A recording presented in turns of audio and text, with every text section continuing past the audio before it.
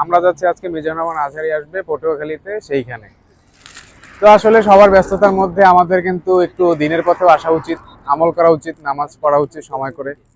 তো ব্যস্ততার মধ্যে তো আমরা সারাদিনই পাপ কাজেই লিপ্ত থাকি বেশি, ভালো কাজ তো করা হয় না। তো আমাদের সময় বের করে আসলে এভাবে আল্লাহর পথে যাওয়া উচিত, আল্লাহর রাসূলের কিছু কথাবার্তা শোনা উচিত। তো যাই হোক, আমরা সবাই যাচ্ছি পটুয়াখালীতে, মিজানুর রহমান আজহারী আসতেছে, সেখানে সবাই দেখতে থাকি।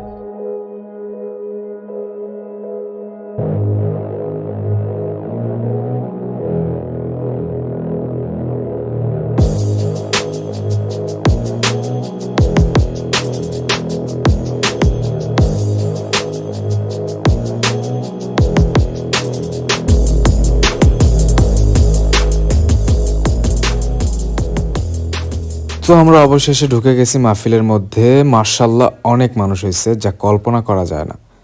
Maybe 2 lakh plus. যাই হোক, এখানে আবার একটা বইয়ের মেলা আছে, ইসলামিক সব বই। তো সেখানে একটু ঘুরলাম আমরা, কি কি বই উঠছে দেখলাম। কত ধরনের যে ইসলামিক বই উঠছে, যা আগে কখনো দেখিনি। সত্যি এসব জায়গায় আসলে মন আসলেই ভালো হয়ে যায়। আল্লাহর একটা রহমত থাকে এই জায়গাগুলোর মধ্যে। এটা হচ্ছে ঢোকার পথ, মানে স্টেজের একটু এই পাশে। বাট পটুয়াখালী 0 পয়েন্ট থেকে এইখানে আসতে সময় আমাদের মিনিমাম 40 মিনিট লাগছে, এত মানুষ রাস্তায়। তারপর এইদিকে আবার যে যার মতো অনেক ধরনের দোকান উঠছে, বিভিন্ন রকমের আচার, জামা কাপড়, খাবার, মানে নানান রকমের জিনিস উঠছে এখানে। আমরা এগুলো ঘুরে ঘুরে দেখছিলাম। তো এর মধ্যেই মিজানুর রহমান আজহারী স্টেজে উঠে গেছে, আর আমরা দৌড় মেরে একদম কাছাকাছি চলে গেছি।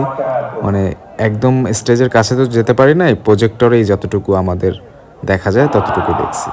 আবার আল্লাহ বললেন আম্মাই ইউজিবুল মুত্তাররা ইযা দাআহু ওয়া ইয়াকশিফুস সুআ ওয়া ইয়াজআলুকুম খুলাফা'আল আরদ আইলাহুম মা'আল্লাহ। এই তো, এই পর্যন্তই। তারপর মাহফিল শেষ করে মোনাজাত করে আমরা রওনা দিলাম বরিশালের দিকে। তো সব শেষে একটা কথাই বলবো, যে যাই করো ব্যস্ততার মধ্যে হলেও মৃত্যুর পরে জীবনটা সুন্দর করার জন্য আমল করতে হবে।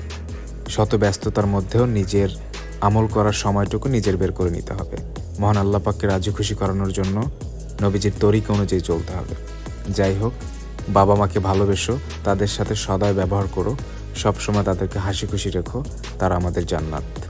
আজ এই পর্যন্তই, সবাই ভালো থেকো, আল্লাহ হাফেজ।